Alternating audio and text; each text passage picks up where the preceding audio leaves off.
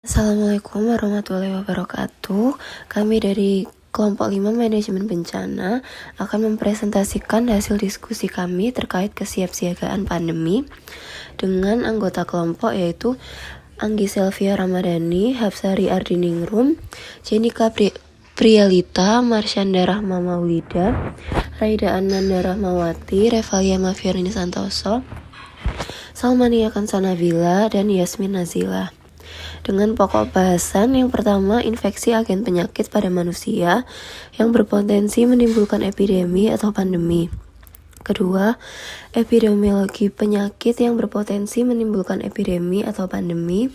Dan ketiga, epidemi atau pandemi penyakit pada manusia. Infeksi agen penyakit pada manusia yang berpotensi menimbulkan epidemi atau pandemi. Karakteristik agen penyakit yang menimbulkan epidemi atau pandemi. Menurut WHO, agen yang paling berpotensi untuk menimbulkan epidemi atau pandemi adalah agen penyakit zoonosis yang menimbulkan infeksi antara manusia dan binatang. Contohnya virus flu burung subtipe H5N1, virus flu babi subtipe H1N1, virus corona, dan Ebola.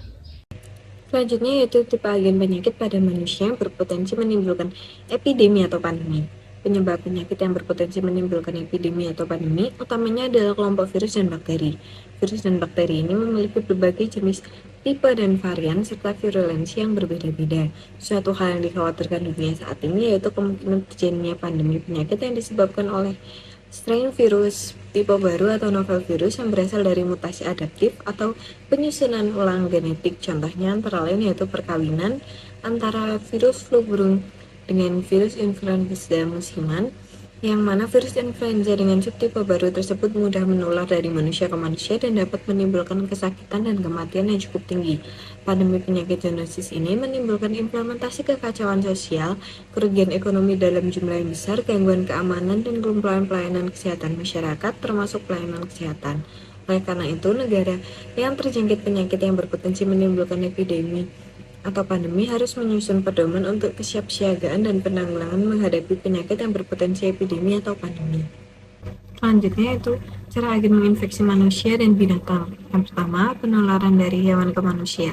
Contohnya virus MERS merupakan virus zoonosis yang ditularkan dari hewan ke manusia melalui kontak langsung atau tidak langsung dengan onta dromedaris yang terinfeksi di beberapa negara Timur Tengah, Afrika, dan Asia Selatan. Yang kedua yaitu penularan dari manusia ke manusia. Contohnya virus MERS tadi yang dapat menular antar manusia secara terbatas dan tidak terdapat transmisi penularan antar manusia yang berkelanjutan. Contoh kontak langsungnya yaitu melalui percikan dahak atau droplet pada saat pasien batuk atau bersin. Contoh kontak tidak langsungnya yaitu melalui kontak dengan benda yang terkontaminasi virus. Baik, di sini saya akan menjelaskan mengenai mekanisme penularan agen penyakit yang berpotensi menimbulkan endemi atau pandemi pada manusia dan binatang. Menurut John Gordon, penyakit itu timbul karena ketidakseimbangan antara agen ataupun penyebab dan host manusia. Agen atau bibit penyakit merupakan suatu substansi tertentu yang keberadaannya atau ketidakberadaannya diikuti kontak efektif pada manusia dapat menimbulkan penyakit atau perjalanan suatu penyakit. Menurut pendapat yang lain yaitu keadaan ketidakseimbangan tergantung pada sifat alami dan karakteristik agen dan host baik individu maupun kelompok. Karakteristik agen dan host akan mengadakan interaksi. Dalam interaksi tersebut akan berhubungan langsung pada keadaan alami dari lingkungan, yaitu lingkungan sosial, fisik, ekonomi maupun biologis. Penularan agen penyakit ini melibatkan berbagai komponen termasuk agen, reservoir, portal keluar, mode transmisi, portal masuk, dan host yang rentan. Dengan pemahaman yang mendalam tentang mekanisme penularan tersebut, langkah-langkah dapat dilakukan untuk mengendalikan potensinya adanya pandemi atau endemi yang lebih efektif dilakukan.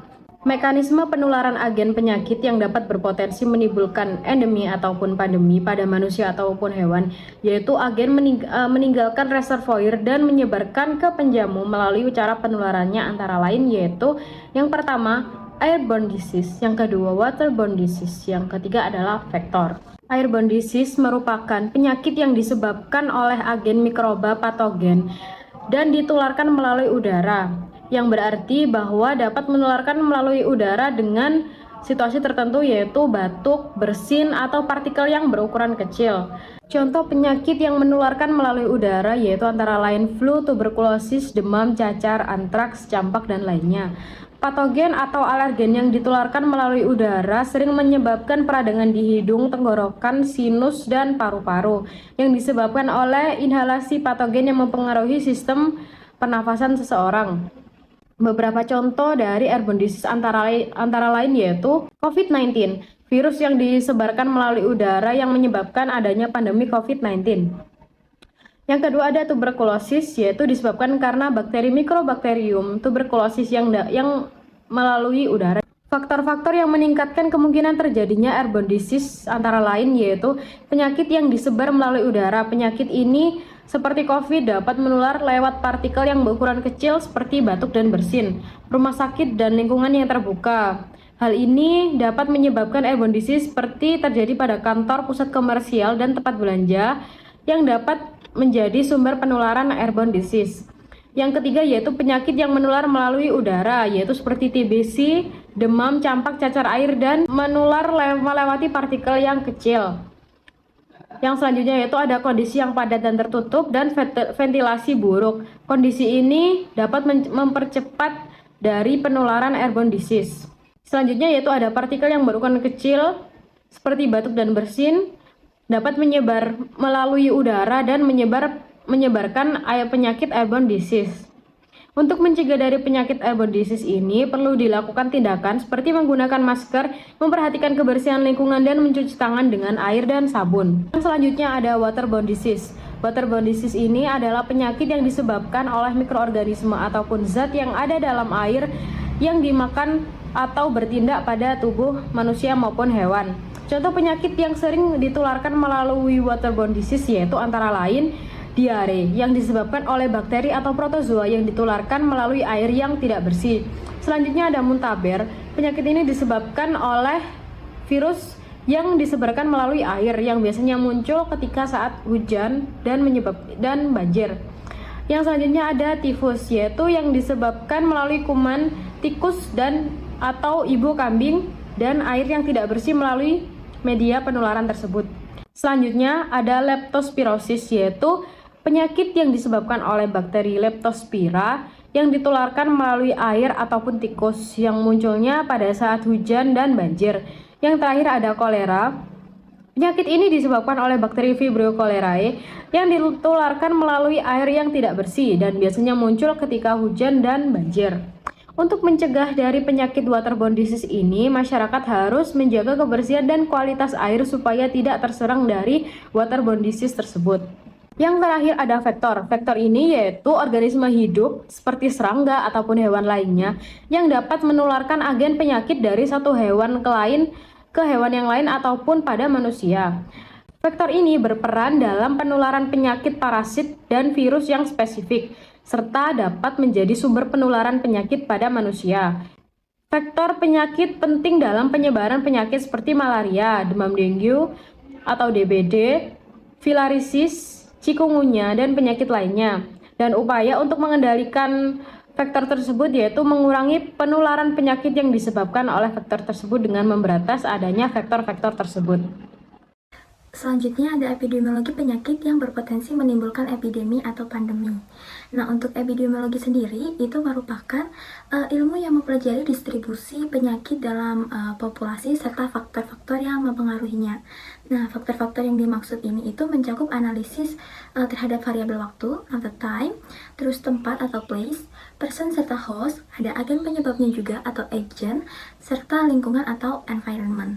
Nah, contoh penyakit yang berpotensi menimbulkan epidemi atau pandemi itu sendiri itu ada COVID-19, flu burung atau influenza, DBD, TBC, dan lain sebagainya.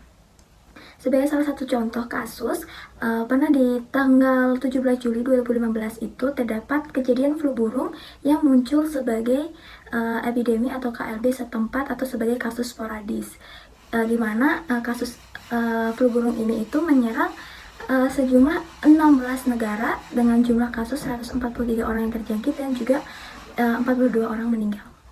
Selanjutnya ada perbedaan antara KLB, epidemi, dan juga pandemi. Menurut Kemenkes tahun 2010, KLB itu merupakan kondisi di mana terjadi peningkatan yang signifikan dalam kasus sakit atau kematian dalam periode waktu tertentu di dalam suatu wilayah.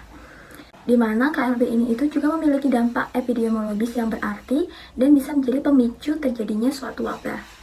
KLB ini mengacu pada suatu kejadian kesehatan yang tidak biasa yang dianggap memiliki dampak serius pada kesehatan masyarakat dan memerlukan tindakan penanganan yang cepat dan juga efektif. Lalu biasanya KLB ini tuh terjadi pada tingkat lokal atau regional. Selanjutnya ada epidemi. Epidemi itu menurut Kemenkes tahun 2022, epidemi adalah kondisi di mana penyakit menular menyebar dengan cepat di wilayah luas dan menimbulkan banyak korban. Nah, epidemi ini tuh mencakup peningkatan yang tiba-tiba dari jumlah penyakit di atas tingkat yang biasanya terjadi di suatu populasi di daerah geografis tertentu. Epidemi ini itu adalah penyebaran penyakit yang bisa bersifat sporadis atau terjadi di sesekali. Lalu juga ada endemik atau tetap ada dalam populasi, atau epidemik atau meningkat secara tiba-tiba dalam jumlah kasus. Epidemi ini juga biasanya berkaitan dengan penyakit tertentu dalam suatu daerah atau populasi. Lalu selanjutnya itu ada pandemi. Pandemi adalah wabah yang berjangkit serempak di mana-mana, meliputi daerah geografis yang luas. Ini bisa dalam lingkup seluruh negara ataupun dunia. Nah, biasanya pandemi ini tuh mengenai banyak orang. Contoh penyakitnya itu ada COVID-19. Selain itu juga pandemi itu biasanya melibatkan penyakit yang baru muncul atau telah muncul kembali setelah lama tidak muncul dan memiliki kemampuan untuk menular dengan cepat dari orang ke orang. Selanjutnya pokok bahasan ketiga. Nah, pokok bahasan ketiga ini membahas tentang epidemi atau pandemi penyakit pada manusia. Yang pertama ada sejarah singkat epidemi atau pandemi penyakit pada manusia. Pada abad pertengahan di benua Eropa, terjadi wabah pes yang membunuh jutaan manusia. Nah, berikutnya pada tahun 1800 dalam bulan-bulan terakhir Perang Dunia Pertama, virus flu yang ganas dan mematikan menginfeksi pasukan militer di kamp militer Kansas. Hanya 6 bulan setelah kejadian tersebut, flu telah menjadi pandemi di seluruh dunia, di semua benua. Ketika pandemi flu telah usai, sekitar 1 miliar orang atau setengah penduduk dunia telah tertular, dengan kematian berkisar sekitar 40-60 juta orang. Untuk kasus epidemi sekitar tahun 2003, pernah terjadi wabah SARS di Cina, Hong Kong, Singapura, dan juga Kanada. Hingga saat ini terdapat epidemi atau pandemi penyakit yang terjadi di belahan dunia tertentu seperti flu burung, flu babi. Kemudian di antara tahun 2014 hingga tahun 2015 telah terjadi juga epidemi penyakit. Kemudian di antara tahun 2014 hingga tahun 2015 telah terjadi epidemi penyakit yang dahsyat dan meresahkan masyarakat serta berdampak besar pada kesehatan manusia yang menjadi keprihatinan dunia, yaitu epidemi penyakit Ebola di Afrika Barat Daya. Kasus epidemi atau pandemi penyakit pada manusia diklasifikasikan dalam 4 jenis kasus sesuai perkembangan diagnosis, yaitu seseorang dalam penyelidikan, kasus suspek, kasus probable, dan kasus konfirmasi. Yang pertama, seseorang dalam penyelidikan. Maksudnya ini adalah seseorang atau sekelompok orang yang telah diputuskan oleh pejabat kesehatan yang berwenang untuk dilakukan investigasi terkait kemungkinan infeksi agen penyakit. Jadi bisa dikatakan seseorang tersebut itu memiliki kemungkinan untuk membawa agen penyakit. Yang kedua, kasus suspek. Maksud dari kasus suspek ini adalah seseorang yang menderita gejala penyakit menyerupai gejala penyakit yang berpotensi menjadi epidemi atau pandemi tersebut. Misalnya dalam kasus suspek flu burung, yaitu salah satu gejalanya itu ada panas di atas 38 derajat Celcius disertai dengan salah satu atau lebih dari gejala seperti batuk, sakit tenggorokan, pilek, atau sesak napas. Kemudian, gejala-gejala tersebut itu diperkuat dengan keadaan tambahan seperti pernah kontak dengan unggas yang sakit atau mati mendadak yang belum diketahui penyebabnya, serta kontak langsung dengan produk mentahnya seperti telur atau jeroan, termasuk juga kotoran dalam 7 hari terakhir sebelum timbulnya gejala.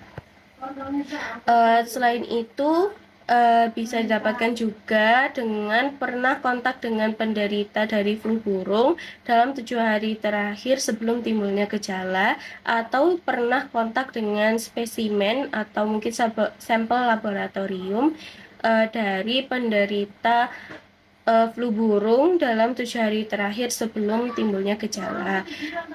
Untuk contoh lain selain flu burung ini seperti Ebola, MERS, COVID-19, dan lain-lain. Yang ketiga ada kasus probable. Nah, jadi kasus probable ini adalah kasus suspek yang menunjukkan kemungkinan besar terjangkit penyakit disertai salah satu bukti hasil pemeriksaan laboratorium terbatas. Jadi bisa dikatakan seseorang yang masih dalam tahap kasus probable ini belum bisa dikatakan mereka terjangkit virus tersebut. Kemudian yang keempat, kasus konfirmasi. Nah, kasus konfirmasi ini adalah kasus suspek atau kasus probable yang didukung oleh hasil pemeriksaan laboratorium yang diharuskan atau distandarkan serta memenuhi kriteria yang ditetapkan sebagai penderita suatu virus dari epidemi atau pandemi itu sendiri. Selanjutnya ada tanda-tanda kemungkinan terjadinya epidemi atau pandemi. Suatu penyakit dapat meningkat jumlah kejadiannya dan meluas penyebarannya. Jika suatu penyakit meningkat jumlahnya secara signifikan dalam kurun waktu tertentu, maka dapat terjadi kejadian luar biasa atau yang disebut dengan KLB.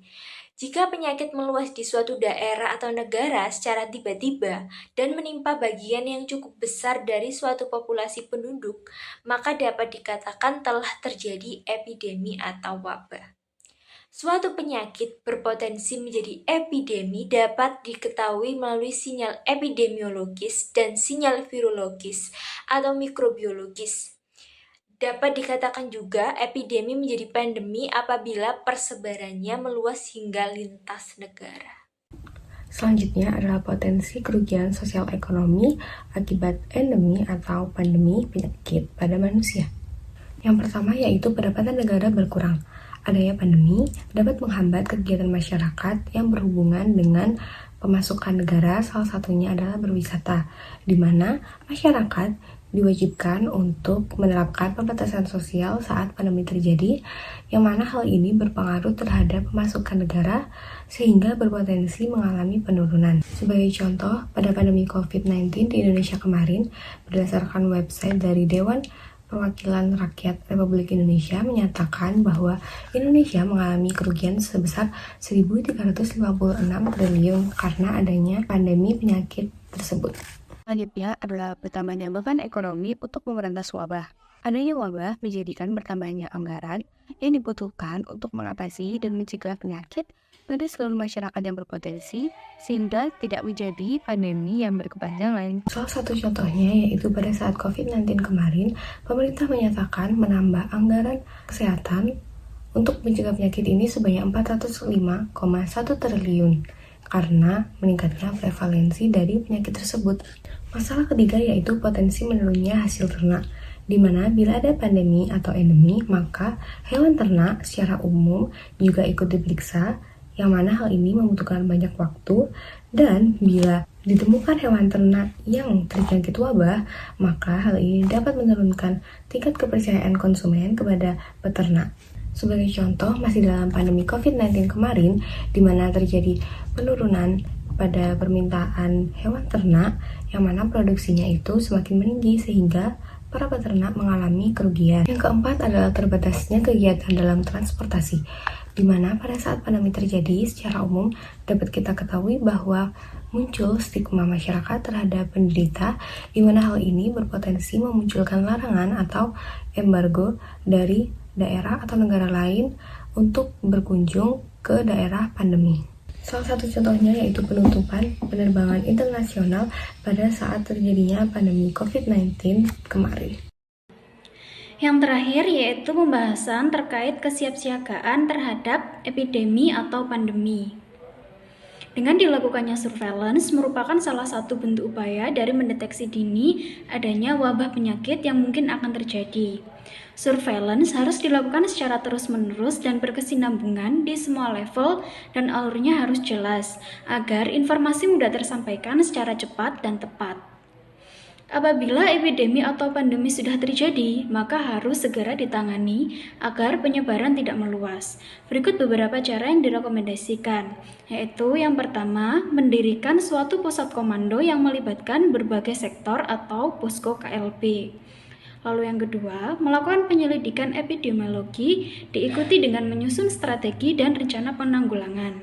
Lalu yang ketiga, melakukan pengenalan dini, isolasi pasien suspek maupun konfirm, serta melakukan pelaporan kepada petugas kesehatan yang berwenang.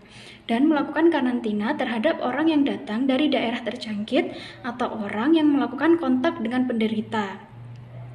Lalu yang keempat, menyiapkan pengobatan yang diperlukan oleh penderita. Lalu yang terakhir, menerapkan kewaspadaan standar serta menjaga kebersihan tangan, menggunakan APD atau alat pelindung, menjaga kebersihan pernapasan, kebersihan lingkungan, dan yang lain sebagainya.